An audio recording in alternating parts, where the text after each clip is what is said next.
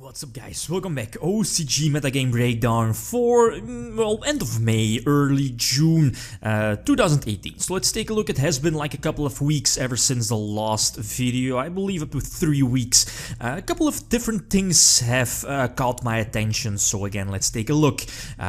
All the sources, like always, all the sources will be in the video description. Word of the King first of all, we have Ready for Duel as well, Carloncho store of course. Again, all the links for more information, more deck lists will be in the video description. But like always, the base of these videos, Word of the King, 2 analysis from, I believe, last week, and the most recent analysis of, I believe it was yesterday, yep, indeed, it was yesterday, posted. A new product release, as mentioned here in the article, were, of course, the new legendary dragons, you know, Trishla, Judgment Dragon, Dark Arm Dragon, and the new Chaos Emperor Dragon, and I believe also like the Darkness Metal, you know, the V-Jump promo, right? As for the rest, a couple of tournaments found their way past weekend and the weekends before that, so let's take a look if the format has changed compared to a couple of weeks ago. The first breakdown here, and I'll also show the breakdown of last week. I believe the biggest difference, and that's a difference I thought that would pop up much earlier in the OCG, is the existence, or at least the representation of Sentuki, you know, Sky Strikers, with the most recent you know, breakdown. And as we see here, is that not really half, but about 45% of, you know, the whole meta game shown here is about pretty much Sky Strikers, so Sentukis. And as I mentioned before, I thought that this way of representation, you know, Sky Strikers sitting at about 50% or maybe more, would have been sooner in the OCG. It might be the same in a TCG as well, and that's something that's frightening, since if we look at the other decks here, like Magicians, ABCs, Gokis, Altergeist, and I'm mainly looking at Magicians here, yeah, Gokis, ABCs as well, especially ABC, is that these decks still have, you know, those lovely power tools, as for example, Astrograph Sorcerer is still at 3 in the OCG, Needle Fiber is well, still a big threat in the OCG, and that's an add-on for a deck like Goki and ABC, and I'm mainly looking at Goki here. It's again a deck that's on the rise here in the TCG, even without the fact that, you know, we don't have Crystal Needle Fiber ready. So let's take a look at the deck lists. Any changes? The pure build seems to be much more popular. As for the main deck, not really too many changes compared to last time. Triple Maxx is still super staple in pretty much every deck. RIP Maxx. Again, one of the biggest differences between both TCG and OCG. And then the other hand traps like, you know, Ash Blossom, Ghost Ogre, Effect Failure. Effect Failure is definitely on the rise if it wasn't there already. Such a powerful card to stop your opponents in its tracks. Something that's again quite of an important, can I call it an engine, 1/2 card engine for pure Sentuki or Sky Strikers, of course, the Foolish Burial of Goods with the Metal Foes, you know, the Metal Foe fusion in your main deck. And that's something we also saw from the lists earlier, you know, in previous weeks. But outside of that, again, I don't think not too many big changes. The Solemn Warning here in the main deck, okay, that's all fine, I guess. The side deck, nope, nothing too spectacular. So the second list, we have Pendulum Magicians again. Pendulum Magicians last week were a bit more represented, about, you know, 1/4 of the whole breakdown, but the most recent results, well, you know, might be multiple local tournaments as well, so take it with a grain of salt. Is sitting about like, what was it, 12%? Yeah, 13% only Pendulum Magicians. And you know that in the OCG, Performa Pal Magicians seems to be more popular, right, or the better pick over other options. And you know, Astrograph Sorcerer is still at 3. They still have Joker access, and one of the lists we are seeing here is main decking the Triple Duelist Alliance, and of course the 2 targets to search for it.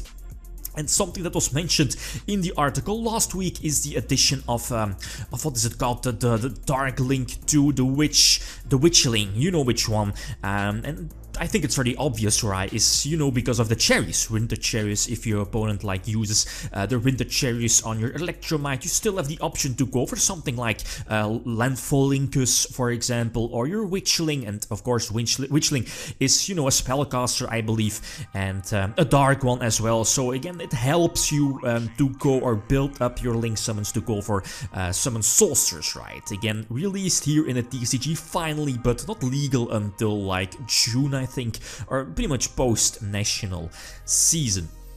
As for the builds, again, nothing too spectacular, pretty much the same builds as last week, right? The Avian here in the extra deck, okay, that's all good. And then we have ABCs. This is the biggest evolution or difference compared to previous weeks, is that ABCs are again evolving, and as the Word of the King already mentioned last week and especially this week, is that I believe it was the, what is it, his name is Ryusuke, I believe his name is, the world champion of 2017.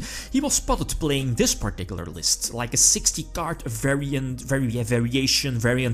ABCs, featuring like a huge warrior slash link engine, mainly again to heavily focus on the FTK, but again, and that's one of the most important things about this particular deck of the 60 card shenanigans, is that it's not heavily focused on the FTK, meaning that if you can't, you know, pull out the FTK of Cannon Soldier and, you know, looping your Assault Core, this is again not once per turn, you can just FTK your opponent. But if that's not the case, you still have like your whole other engines to, if the FTK strategy is not working, to, you know, just beat down your opponent or control the duel in like another way, right? So again, that just proves that, like, okay, the FTK is definitely a problem, but the fact that it's not really a deck that's only focused on the FTK or bust, but it's, well, if I can go for the FTK, I have game, but if I don't, well, I just play it out like regularly, right?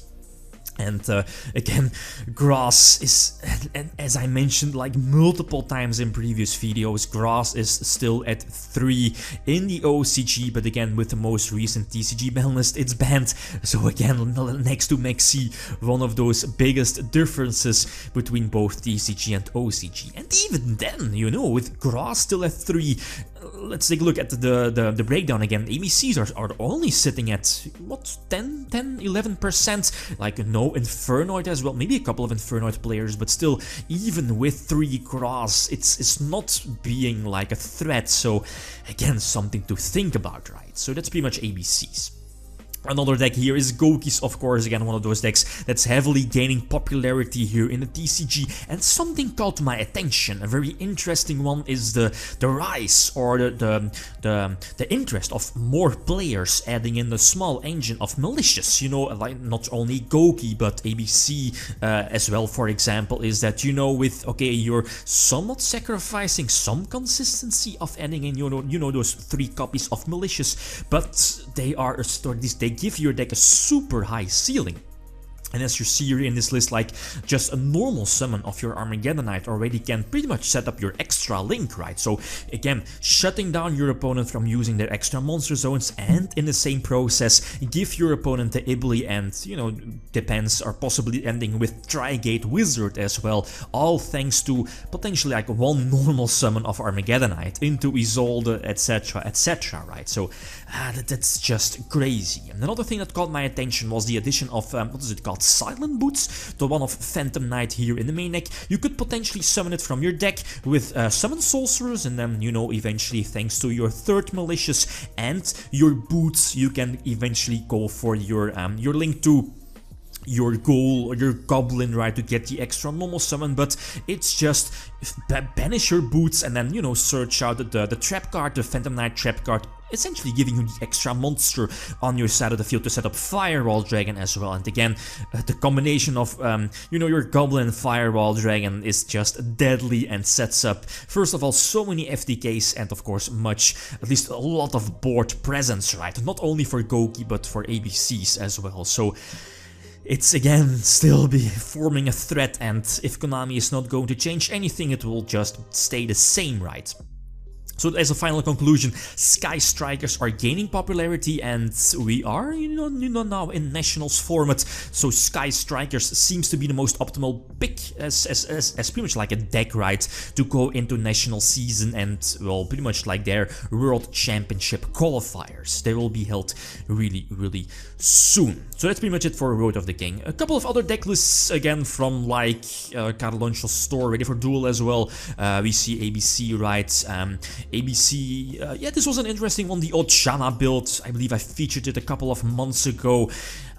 It's more of an idea, but the fact that Ochamas can also establish like extra link, again, crazy stuff. Ritual Beasts, RIP, right. We see Chaos Invoked, and here finally, I think the only, the legendary dragons have been released, I believe, past weekend. Trishula, the new Chaos Emperor, but I believe only the new Chaos Emperor found its way to some form of competitive play, not highly, at least high caliber competitive play, but like pretty much on locals level in like Chaos decks, as we are seeing here. A Chaos Dragon variant of triple Chaos Emperor, triple of the new Chaos Emperor, Envoy, etc, etc. So quite of a cute list. Might test this one really soon. We see DDDs. That has been like a long time, ever since the introduction of Master Rule 4.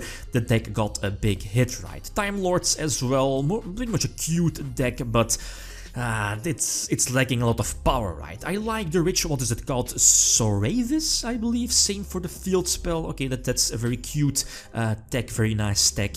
But again, it's lacking a lot of consistency and power, right? Okay, that's pretty much it, guys. As always, thanks for watching, and feel free to leave a comment or like if you enjoyed the video. Lithium signing out. Peace.